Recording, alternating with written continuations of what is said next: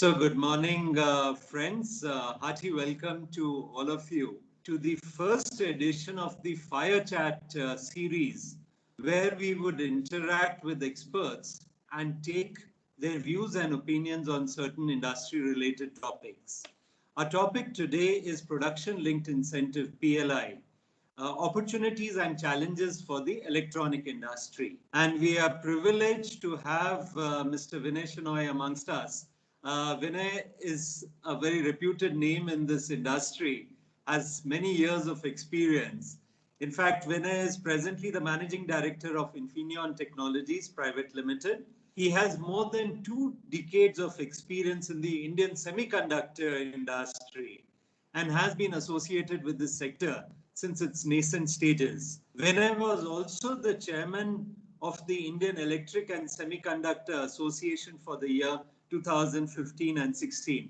So Vinay, hearty welcome to you and pleasure having you on our first edition of this Fire Chat series with experts.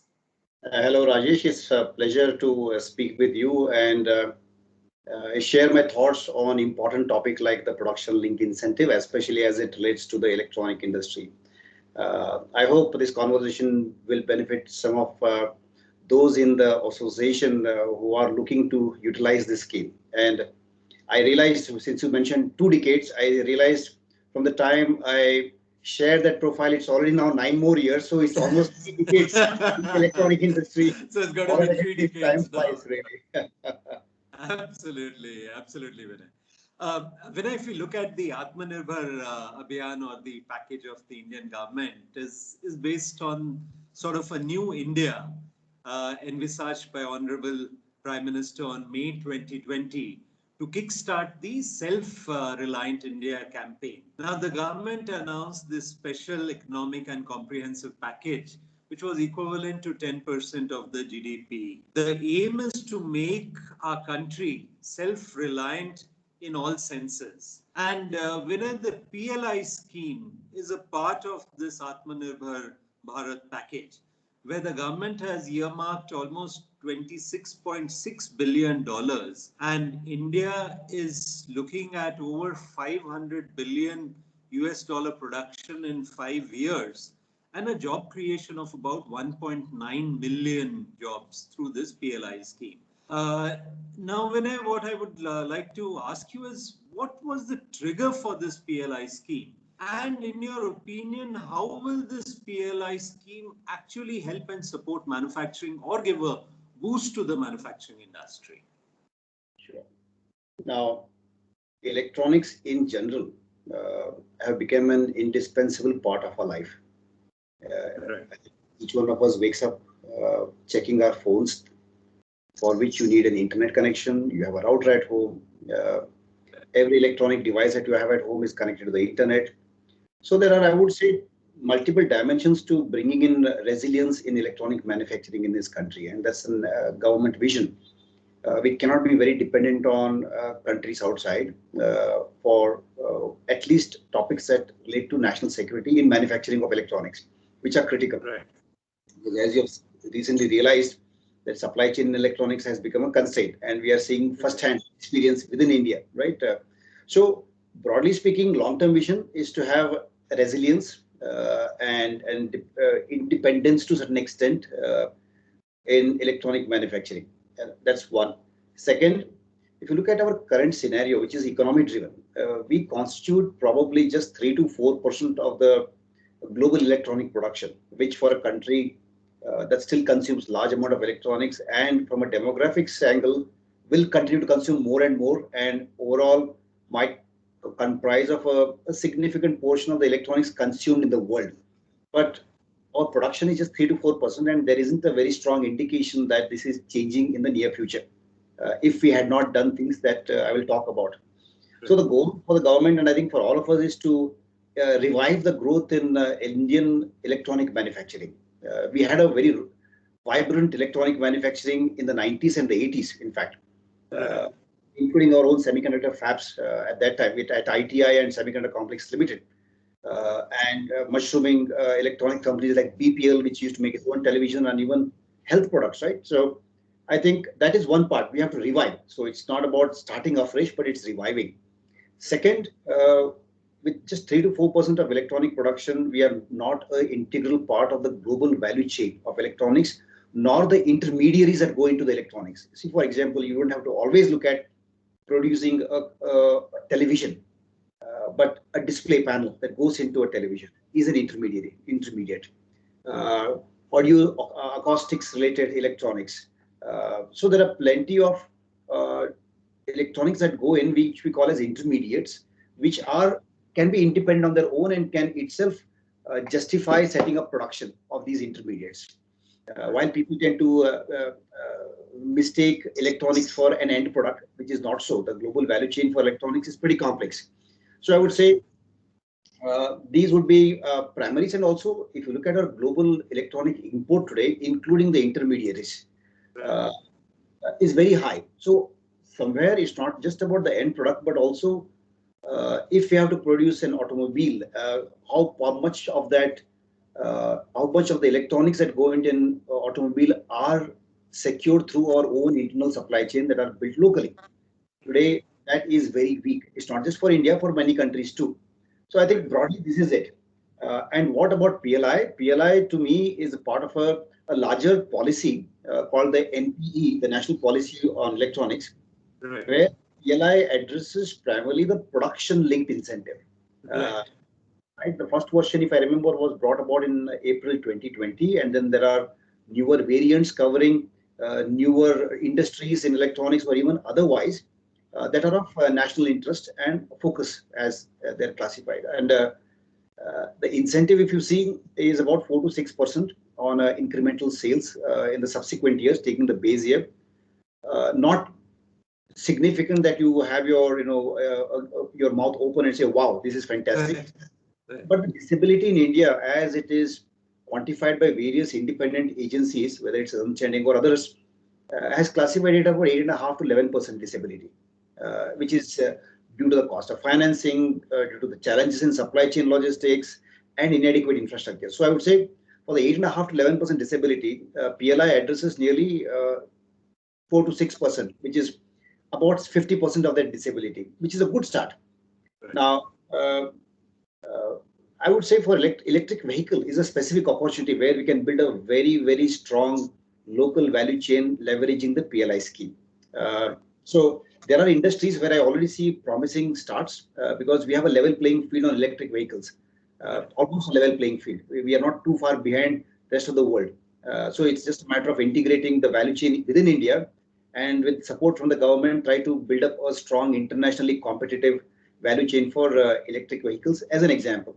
Right. So I would say broadly speaking, I hope I answered a question that while PLI in itself would not address all aspects of increasing manufacturing in India, but definitely it's one of the focuses that is linked to production and not linked to any other capital subsidy, for example. So in the for the purpose it is intended, it's I think a good one and addresses all the key industries that are relevant for India.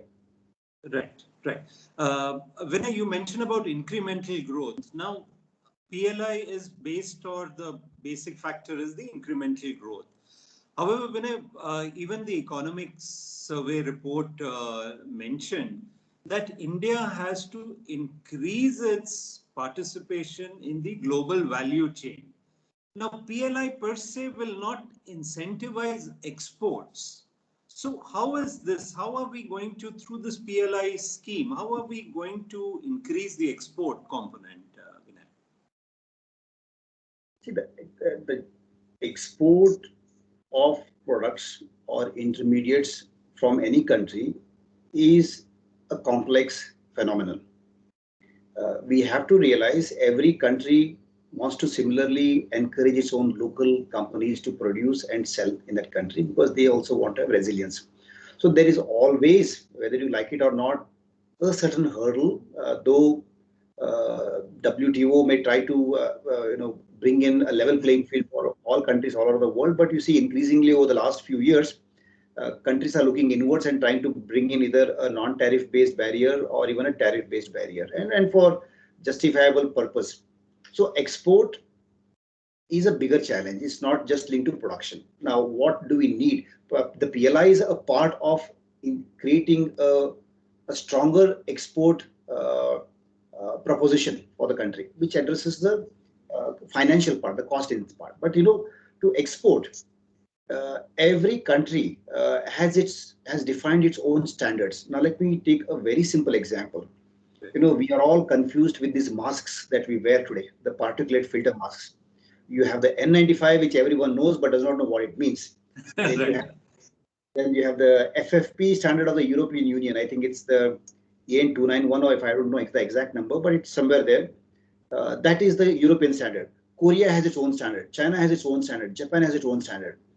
Now, if a very capable Indian particulate filter manufacturer wants to sell to these countries, unless this company goes through the certification of against all those standards of those countries, you cannot literally export. So many such products, even in India now, we have introduced BIS, the Bureau of Indian Standards, where many global companies have to certify themselves, however good their products are and however top notch and however top selling they are in the world, they have to go through this certification mechanism. This is also to ensure that we provide the Indian companies also a level playing field. So compliance to international certification standardization is an important part. So it's not just about producing a competent product. So we have to understand what it takes to get products certified. And there they need support because smaller and medium-sized companies don't have a good understanding of the certification mechanisms in various countries, and they tend to be complex also. And there is a cost involved. These don't come for free. So I would say one, quality and reliable as a reliable supplier becomes a critical part. So that has a branding and marketing associated with it. So how are we as a country promoting and marketing and branding the country as a made in India, and something when you see a label called made in India, that it reflects quality and reliability, just like made in Germany or made in Japan, right? I mean, or made in the USA. So that brand we have to establish because people in any country will have choices. Whether it's the industry itself as an intermediate or the end consumer as an end product. And that is an open market challenge that we face. It's nothing to do with the incentive provided by the government. So I think there we as an industry associations have to put our thoughts together and see how to brand made in India. And that encompasses all the industries. And if we have to talk about electronics, yes. Now, what has the government done in the short term for exports, since we are on this topic? There was, of course, export-linked incentive in the past. I think it was called Merchandise Exports from India scheme, which was stopped in December 2020. Now, of course, that has been replaced with the RODTEP, which is the remission of duties and taxes on exported products, right? Now, this goes digital because the customs department has created an electronic gateway by which you get credits at short notice, as also those credits are transferable, can be used for other things. So it's all digital. There is no money transfer involved. The credits can be used for various other purposes.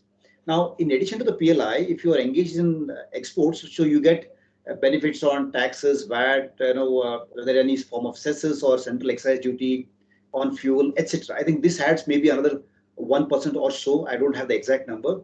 So it builds upon it. So I think this is how the government will support. But like I said, how do we first brand? Now, when you think of an electronic or a medical product, people are very sensitive. Also, the supply chain is very sensitive to who they buy it from, right? Because you don't want, it can mean there are mission critical applications. So I would say for exports, the industry has to think local for global, even when we start. If we just start with local for local and trying to serve a domestic market, and then later think about going global, I think you already lost a large part of the battle. When anybody intends to start a new business or wants to expand, you have to have a global ambition because, like someone said, if you want to make $1 million, you already have to look like a millionaire. Otherwise, you have to think like a global company. Absolutely. That's where the roles of associations, the embassies of Indian embassies in various countries have to look for opportunities, feed that back into the industry. I think I would say these are other aspects that we should not ignore because it should not be made to look like government is the only responsible organization for stimulating exports in the country, right? And now the benefit that we have, Rajesh, because of these geopolitical tensions that are ongoing, there is a natural tendency for a percentage of that manufacturing to move to India, either as a contract manufacturing or even setting up their own captive plants in India, which may be later, but initially at least contract manufacturing in India. And that's an opportunity that we have to exploit. So we have some tailwinds in our favor, which we also have to look at. Right, right. I think very well explained, Vinay. Thank you for this. Vinay, some of the critics of the PLI scheme actually harper on, you mentioned also about the incremental growth. Now, since it's more, it's a sort of a demand-driven phenomena also. But now due to pandemic, when the demand itself is low, how will this incremental growth come ultimately, and how will the companies who are part of PLI, because they are investing also, they need to have an investment also, how are they actually going to benefit out of it, Vinay? I can speak for electronics in particular, especially. Yes. Yeah. We are connected with. I don't have to explain in detail why the demand for electronics has in fact gone much higher than we anticipated. Forget about Yes. Falling in demand. The gross merchandise sold through Amazons and the e-commerce portals worldwide are showing a drastic increase, as well as every semiconductor company which produces components that go into electronic products across segments has announced a shortage of Yes. semiconductors, and with lead times going up to 6 months now, 7 months, which is generally unheard of in the electronic industry, because the technology, one turn of new technology already happens sometimes in 6 months to 1 year. And here we are saying the lead time has gone up significantly. So the demand is there, for at least for electronics, and it's very evident. And me coming from the semicon industry and closely also to the electronic industry, see it in automotive. You already know. I mean, globally, companies like US automotive companies have publicly announced that they have to shut down their lines because there is no electronic components available. Second, I also noticed, including the Indian government through its embassies, is representing to various semiconductor companies all around the world to allocate more of components for Indian industry. So this is one way the government comes back and says, we are with you, we'll help you. And this kind of a gentle pressure on various companies directly. It's not a government to government. I'm talking about government to industry. Where these letters of representation have gone. So I think while some industries may be affected, I don't question it, and I don't have a good understanding of it, but I'm sure there are some industries that are affected because the GDP has fallen. But the electronic industry per se is growing globally. Also in India, today you see there's a huge demand because of COVID, which will not go away in the near future, which will last probably for a year or so until everyone is vaccinated. There is going to be a huge demand for pulse oximeters, not a very sophisticated electronic product. As long as the Indian government as a certification agency that says these Indian products which are new are already certified and tested, I think people will feel confident of buying them in the marketplace. Right. So that is very important. There's already demand. You look at the number of pulse oximeters that are being sold. There's a shortage. Right. Second, oxygen concentrators, right? I mean, for the last 4 or 5 weeks, the entire country is struggling. People are paying 2 times the price buying from even as far away places as Turkey, where some dealer has some products available. I mean, I think today Google search in India is all about oxygen concentrators. Right. But again, that's not a technology that is so sophisticated that it cannot be done in India. With basic medical certification, just like the emergency use exceptions that the government is able to provide for pharmaceutical products. Similarly, as long as the product goes through 90% of the certificated requirements, it's allowed to sell in the market. Again, this is something that's a new demand. Key is that we have to have an innovation mindset in the country for electronics. We already are a strong talent pool for the world for electronics and software. Now, it's all about how quickly can we gather ourselves to make products in India, maybe with partnerships. And secondly, produce them in India. Again, India has good contract manufacturing capability, design manufacturing capability. It's about how can we all put them all together at short notice and arrive at a desirable outcome, which are the products that we need desperately in the country. Now, this gives us a very strong confidence if we're able to do it, Right. that we are able to react at short notice and we are very agile in responding to the market needs. I think this is core to any industry to thrive in this market.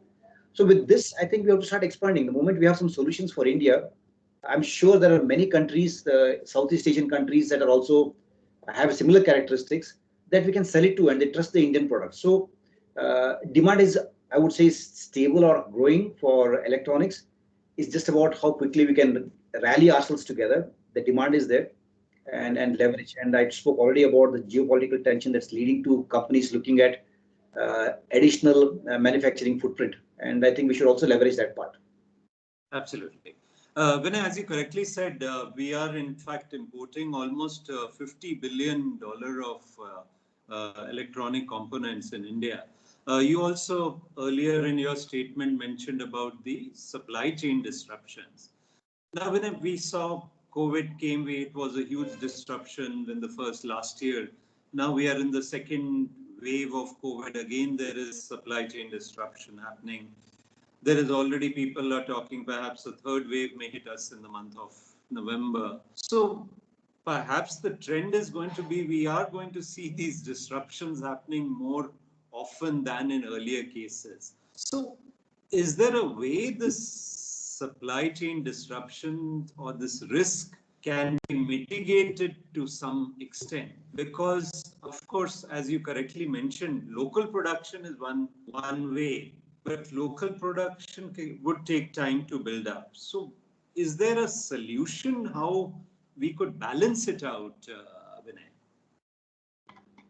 You see, unfortunately, the entire global markets are dependent on very few geographies for fulfilling their end products or intermediates.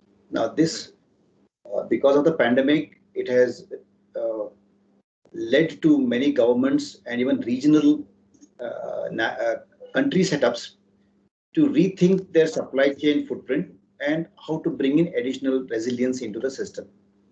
So it's not, I would say, we cannot do this just as one country. I think a regional setup has to be established because no one country can build an entire supply chain. Yes. It's too much of an effort. So let's say we've had regional associations in the past, but maybe a new way of looking at regional associations. Now I'm talking about national level associations. Right. That can ensure supply chain to each other through preferential access, etc. That way, if as in a smaller ecosystem, a regional ecosystem, we have this supply chain disruptions can be handled. And I think the whole country bet its put all its eggs in maybe one or two baskets for the supply chain. Now, everyone is realizing that this is not sustainable, very harmful, both from a geopolitical, geo-economic sensitivity. So I would say the world needs about 4 independent regional clusters, and independent in the sense a large part of the ecosystem and the supply chain is independent, including going to the natural resources even rare earth metals or anything else.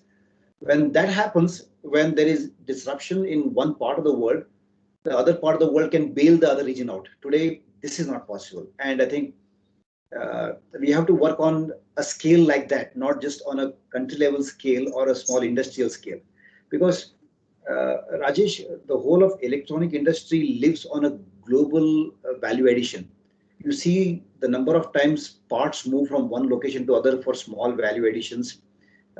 And this is possible because the weight to cost ratio is very small because they are all minuscule weighted products and they're all flown all over the world. So in 24 hours, you can fly any part from anywhere in the world to anywhere in the world.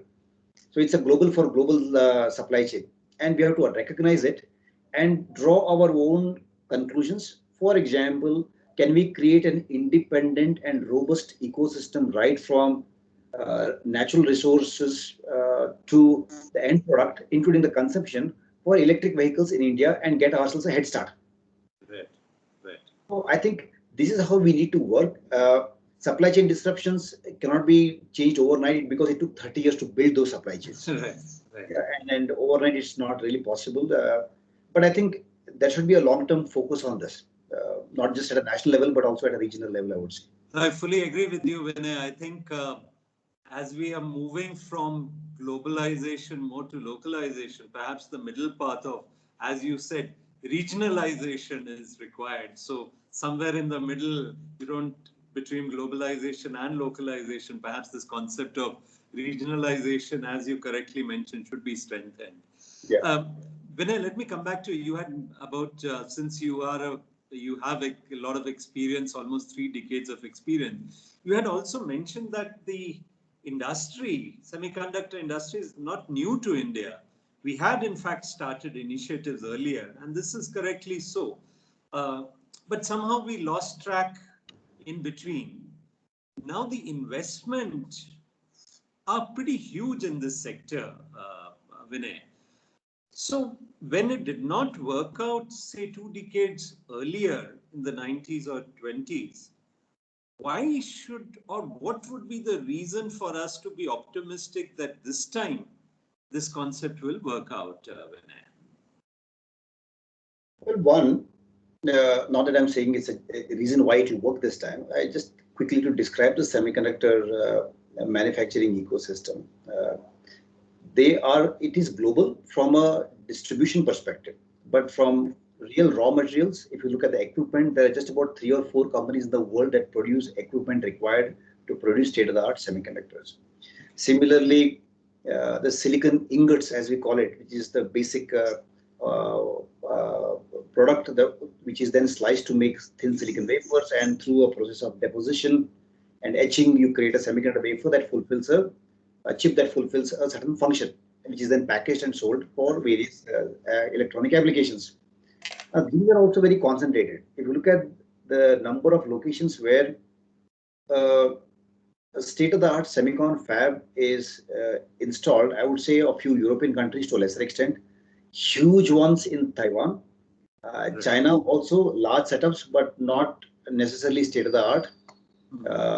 US now is wanting to bring back semiconductor manufacturing because of national security, and but that's more driven by geopolitical tensions than otherwise. Japan has its own manufacturing ecosystem. So I think that is how the whole industry is built. Now, because of these very narrow pockets or small pockets of manufacturing, massive scale manufacturing, then you have, of course, also global foundries, which is distributed in a couple of countries. What is important for us, in my view, is to have security in semiconductor manufacturing. There are 2 parts. Whether the security occurs when you have manufacturing in the country that you can protect geographically, or you have tie-ups with other nationalities or national governments, which guarantee you on a G2G level, the government to government level, a certain volume of semiconductors that as a capacity they reserve for you, and you can then design products and get them manufactured out of that country. For example, Japan could be an interesting country for us to engage with, because there is, I think, sensible supply available. I just as an example. So also other countries, Germany could also be one, as long as there exists capacity. So I think we have to approach it from that angle. We have to be very clear, why do we need a semicon fab in India? Is it because of national security of technology? So tomorrow, if the world shuts off, then we still have a fab in which we can produce. And this was the case 30, 40, 50 years ago, when India had to have its, because it was because of export control obligations from various countries, we had to develop our own semiconductors and electronics so that we could use them for all our strategic applications. And that was the trigger, because that trigger came out of a limitation, a constraint. And cost was not the factor, profitability was not the factor, commercialization and economics was not the factor at that time. It was because the applications were strategic. But right now, what we will look at is primarily the economics, because if you look at commercial semiconductor fab that is as competitive as anywhere in the world, that's a different ball game. It requires $3 to $5 billion of investment. Again, it's a highly automated industry, employs very few people. Right. And what's critical in that concept is, if you're exporting $5 billion worth of semiconductors every year from one factory, where you invest about $4 to $5 billion, which is a simple ratio, your capital invest is roughly equal to your annual revenue from the second or third year onwards for a fab. You have to be able to ship parts all over the world. Now you need, of course, international connectivity, international logistics that is easily accessible. So I think there are many other factors that have to be worked out, but the government's intent is very clear. Semiconductors is a part of the electronic value chain, a critical part of the electronic value chain. And even if we are not the leaders, at least for certain critical components, we should have some uh, uh, risk or contingency plans against risks of supply chain and have local manufacturing. I think that is primarily the intent. We have tried before. We had MSIPs, and before that, we had also the special semiconductor incentives in 2010, 2011. Okay. We even went a little slightly ahead, and companies like IBM and others were willing to transfer their technologies to companies, but they were not willing to make any financial investments. I think, in my personal view, what would definitely be easy and work is when a company that is continuing to invest in semicon fabs. I mean, I would say TSMC is one, which is a global foundry for semiconductors and the largest one. You see also Intel is investing, AMD is investing. You see Samsung is investing a lot. And then, of course, there are various companies like Infineon that are also investing, but the scale of investment is not the same as these companies. And I am reminded of this Nokia example, which set a complete mobile manufacturing ecosystem in Sri Perumbudur, and where they produced the largest number of Nokia phones in the world, even at the time when Nokia was the largest manufacturer and seller of mobile phones in the world. To set it up in 3 to 4 years' time. So we have shown that it can be possible.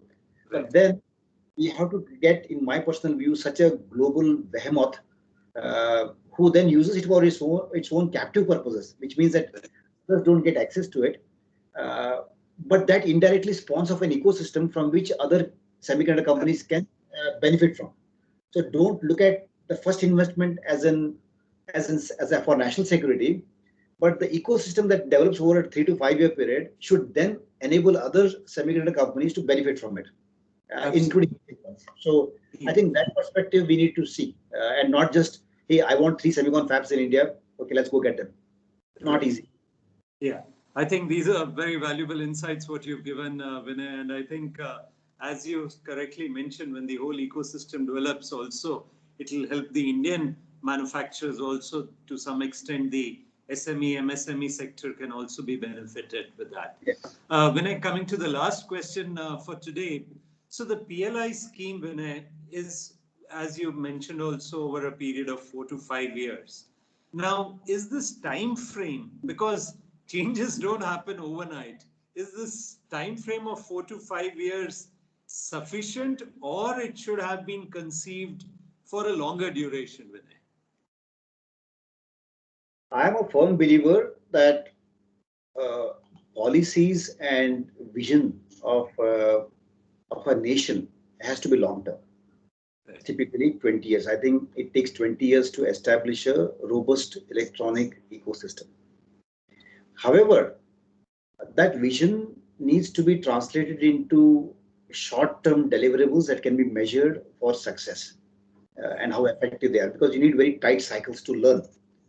We cannot do it right the first time always. So in my view, 5 years is reasonable for something like a production-linked incentive program or export-oriented incentive program, because then there is a sense of urgency everywhere. Otherwise, a 10-year policy, even to start, if it takes 3 years, then you have only a limited lifetime of 7 years. And by the time 3 years are over, people forget about it. And then suddenly, governments change, priorities change. And so I would say, as a specific incentive, a focused incentive program or a focused program to realize the vision, a 20-year vision, 5 years is good enough, so that we split into 4 cycles of 5 years each. And PLI is something similar. We had MSIPs before, if you see, something similar, because MSIPs, the modified special incentive package, actually incentivized your capital investment, not the output. Right. Okay. That was valid from 2012 to 2018. So, if you make $1 billion or $500 million of investment in a certain specific industry, the government would say, on your capital invest, we would give you so much of return or refund or incentive. Right. Now we have shifted it. We learned through that mechanism, and now we said, okay, let's link it to production. So it's linked to output now. So that learning occurred, right, in 2 cycles. So I think that's why it's critical to have shorter cycles where we learn from our mistakes, do it or intended well, and then we move accordingly. So 5 years to me is okay, but what is key is these 5 years have to be linked to a larger 20-year vision. And there has to be commitment from governments that span across every 5 years, that there are some fundamental vision statements of the government that will be honored across the 20 years. Otherwise, the international community, business community, will lose trust and confidence because they will not then look beyond 5 years. 5 years, right. So, right. No, I think I think it's been Vinay, very thanks for all the insights. I think very valuable insights we've discussed about the PLI scheme for electronic sector exports, also the demand and how India can build a whole ecosystem. And as you correctly mentioned, it is also a necessity for India to develop its electronic component, electronic sector industry. And hopefully through the PLI scheme, the first step has been taken, and we can just hope that there is in fact, as the first application grew, almost I think 16 companies have been identified. The second round of applications also companies have been identified. So the global response also to the scheme has been very encouraging till now, Vinay. And I hope as we go ahead also, this scheme picks up tempo and more companies participate in it. Vinay, on behalf of the German Engineering Federation, thank you very much for sparing your time and sharing your thoughts and experience. I think with your experience, we had the right person on this inaugural edition of our show. And wishing you and Infineon and the team, Vinay, all the very best. Stay well and stay safe, Vinay. Thank you, Rajesh. Always a pleasure talking to you, and my best wishes to all my colleagues of industries from the German nationality. And it's a difficult time for all of us on either side, supply side, demand side, you name it. And I'm sure we'll come out of it very robust and come out much stronger from this pandemic effects. And to everyone, including you, Rajesh, please stay safe and be very healthy. And see you in some time again. Right. Looking forward to meeting up in person also sometime. Yeah. Thank you very much. Thank you, Vinay. Take care. Right. Goodbye.